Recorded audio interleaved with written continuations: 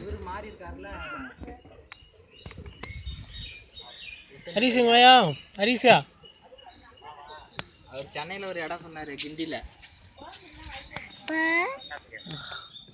அப்பா கூடு உங்க அப்பா கம்பெனி அதில் ஒரு இடம் சொன்னார். அங்கே போய் கேட்க சொன்னோம், கேட்குறான்னு சொன்னான்.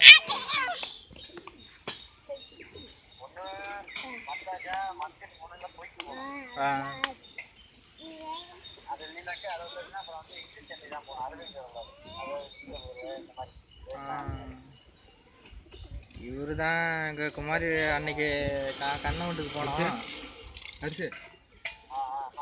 நானும் சரத்தும் தான் போனோம். அவர் என்ன எப்படா ஏஞ்சி போகணும் மாரி பார்த்துட்டு இருக்காரு. எப்படா ஏஞ்சி போகணும் கூட கண்ணு மூஞ்ச விட்டு கூட பேசல. அதான் எப்படா ஏஞ்சி போகணும்